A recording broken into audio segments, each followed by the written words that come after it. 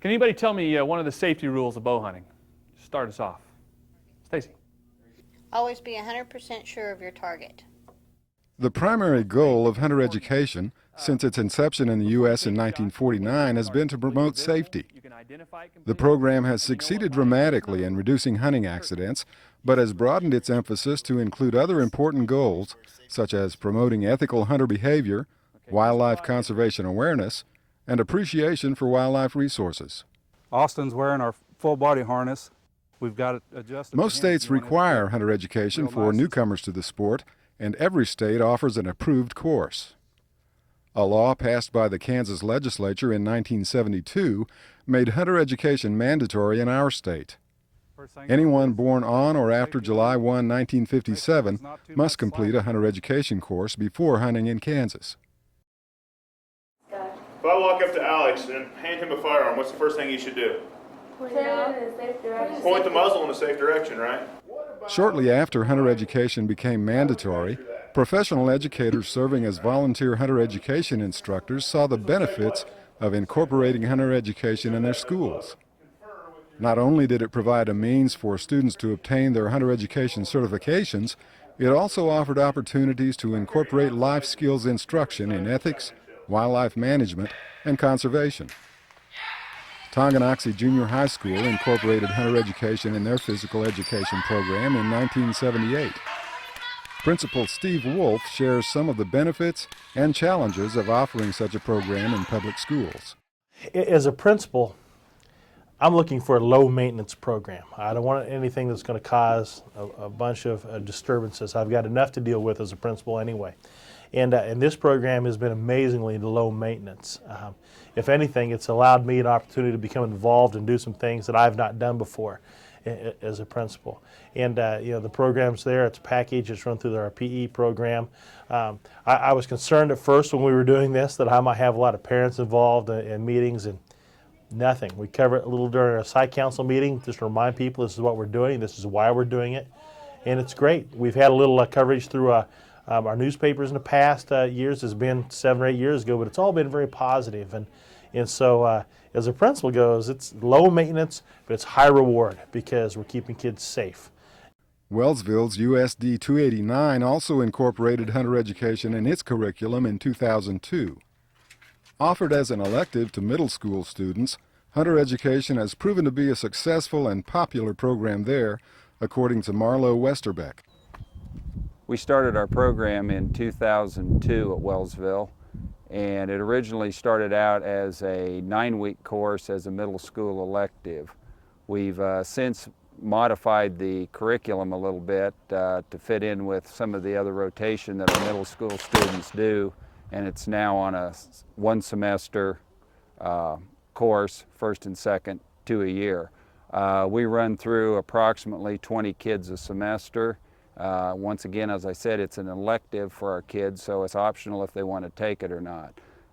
When visiting with our guidance counselor at Wellsville, he's indicated to me that since we started the program, we have yet to have a negative comment with our parent-teacher conferences over the success of our program. Everyone's been real supportive, community, parents, and it seems to be increasing in enrollment as each year progresses.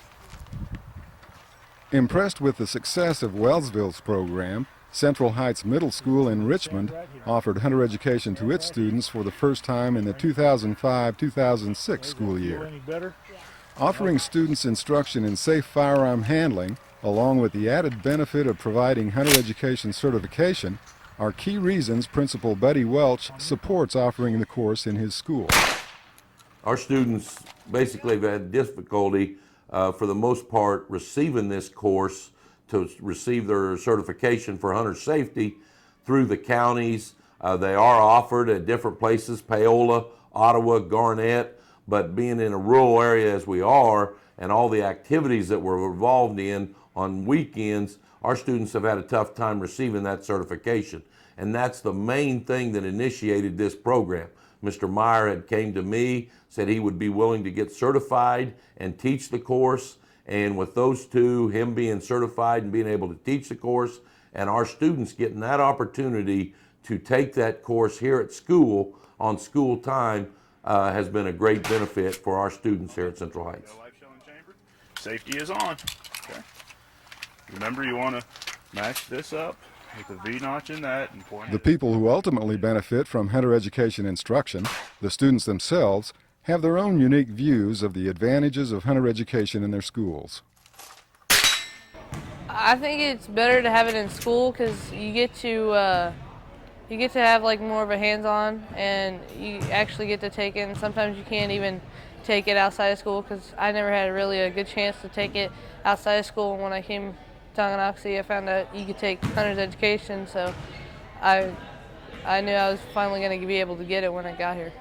Because my family's always hunted and we have a bunch of land, and I've been wanting to do it since I was little. And my grandpa did it, my dad did it, my brother has, and so I guess I have to now. And also I kind of want to. We're going to do a little bit of trap shooting. We're going to shoot devil's trap. The hunter education section of the Kansas Department of Wildlife and Parks supplies at no charge volunteer instructor training and the educational resource materials used in its programs. Available resources include student manuals, videos, and the popular laser shot shooting simulator. The shooting simulator is a computer-based system used in schools where actual firearms are not permitted on school grounds. Through the use of model firearms adapted to fire a laser light, students receive instruction in firearm safety, ethics, and proper behavior when hunting. Schools schedule with the Hunter Education Office in Pratt to have a trained representative deliver one of the 4 available systems to the school, set it up, and in some cases actually operate the system. Additional tools made available by the department for the purpose of providing students with hands-on experience include safety trail walk trailers and archery equipment trailers.